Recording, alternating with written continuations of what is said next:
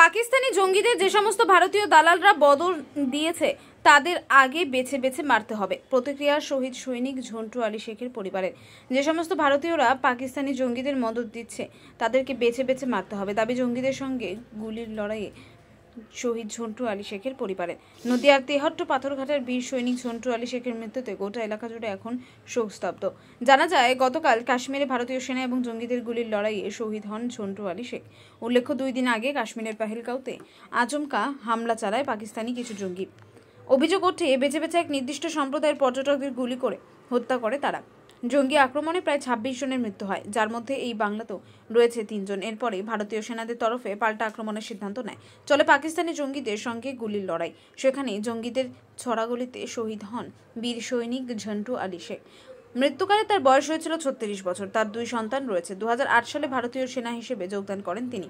আর তার বড় দাদা ভারতীয় সেনাতে কর্মরত। জানা যায় পরিবার নিয়ে আগ্রাতেই থাকতেন তিনি। কিছুদিন আগেই তার কাশ্মীরে পোস্টিং হয়। পেহেলগাঁওয়ের ঘটনার পর পাল্টা আক্রমণের সময় তার মৃত্যু হয়। বর্তমানে ভারাক্রান্ত গোটা পরিবার সহ গোটা এলাকা। সকলেই চাইছেন যে সমস্ত ভারতীয় দালালরা এই পাকিস্তানি জঙ্গিদের মদত দিয়েছে তাদের আগে বেছে বেছে মারতে হবে, পাশাপাশি পাকিস্তানি জঙ্গিদের নিপাত করতে হবে।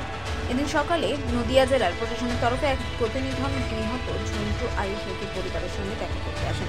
নিহত ঝন্টু আলী শেখের মামা নাজির শেখ বলেন, আমরা সৈনিকের দেহ কখন আসবে তার অপেক্ষায় রয়েছি।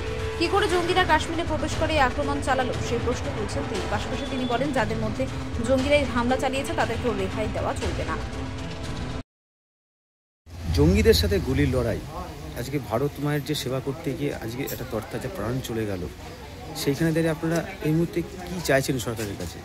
সরকার চাচ্ছে জঙ্গিদের শেষ করতে হবে। জঙ্গিরা যাতে পাকিস্তান থেকে ভারতে না আসতে পারে, ভারত এসে যেন এরকম কার্যকলাপ না করতে পারে, ওদের উচিত মূল্য শাস্তি দেওয়া দরকার আছে। ওরা যাতে শাস্তি পায় সেটাই আমরা কামনা করি। ঝন্টুর পরিবারে কে কে আছে? ঝন্টুর পরিবারে ঝন্টুর 2 মেয়ে, এই 1 ছেলে 1 মেয়ে, বৌমা আছে, ঝন্টুর বাবা আছে, মা আছে। আচ্ছা, কাশ্মীরে যে যখন কাশ্মীরে গেল তার আগে কি পরিবার জানতো যে কাশ্মীরে এসে পোস্টিং হয়েছে? হ্যাঁ, জানতো। তারপর শেষ কবে কথা হয়েছিল জানতে? শেষ কবে কথা হয়েছিল আমি বলতে পারবো না, যেহেতু আমি এখানে, আমাদের বাড়ি এখানে না, আমার বাড়ি হুদই, আমার ভাগ্নি এটা। কেন্দ্র দুই বড় ভাই, ছোট ভাই, 2 ভাই কাশ্মীর পোস্টিং। কেন্দ্র সরকার কিন্তু বলছে যে কাউকে রেয়াত করা হবে না, প্রত্যেককে বেছে বেছে বের করে শাস্তি দেওয়া হবে। এটা আপনারা কি চাইছেন? এটা কি আদৌ কি বেছে বেছে কি বের করবে?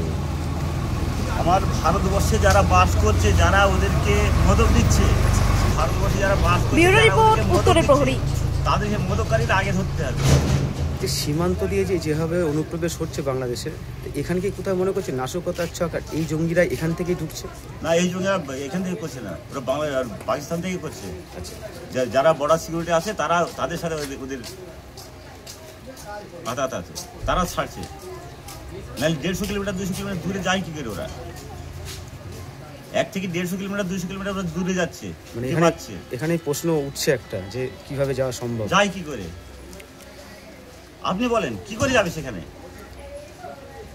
ভারত সরকার কি তাহলে বড় পদক্ষেপ নেবে মনে করছেন? সেটা ভারত সরকার জানে। আপনারা কি চাইছেন? আমরা চাচ্ছি সেটা পদক্ষেপ নিতে। আমরা চাচ্ছি মানে যে প্রকৃত দোষী তার শাস্তি হোক। বদলা চাইছেন? তার শাস্তি হোক। পাকিস্তানকে শাস্তি যারা মদত দিচ্ছে, আমাদের ভারতের লোক দিচ্ছে মদত। ভারতের লোকের সাথে না থাকলে আমি এখানে চুরি করবো, আমার এখানে চোর না থাকলে আমি চুরি করতে আসতে পারি না হুদি থেকে। সে পাকিস্তান থেকে সেই ভারতে এসে গন্ডগোল করছে, সেটা তার একা দ্বারাই হয়নি। সেই লোকগুলোকে বেছে বের করতে হবে, তাদেরকে শাস্তি দিতে হবে। কেন তারা এই কাজ করছে? ভারতের খাচ্ছে, ভারতেরই পড়ছে, ভারতেরই ক্ষতি করছে। ঝন্টুর দেহ কখন আসবে জানা গেছে কিছু? আগামীকাল মোটামুটি সকাল 10টা নাগাদ। সে অপেক্ষায় রয়েছে? এটাই আমাদের খবর আছে। এখন শুধু অপেক্ষায় রয়েছে? হ্যাঁ, আমরা অপেক্ষায় আছি। কি নাম আপনার? আমার নাজির শেখ। আপনি কি হন? ব্যুরো রিপোর্ট, উত্তরের প্রহরী।